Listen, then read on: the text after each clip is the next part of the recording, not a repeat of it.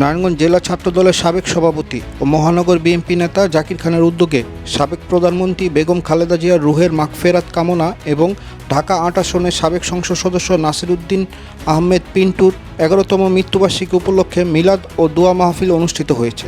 সোমবার ১১ মে দুপুরে ফতুল্লার কাশীপুর জামিয়া মাদানিয়া কাশেমুল উলুম মাদ্রাসা প্রাঙ্গণে এ মাহফিলের আয়োজন করা হয়। মিলাদ মাহফিলে সাবেক প্রধানমন্ত্রী বেগম খালেদা জিয়া ও নাসিরউদ্দিন আহমেদ পিন্টুর রুহের মাগফেরাত কামনায় বিশেষ মোনাজাত করা হয়।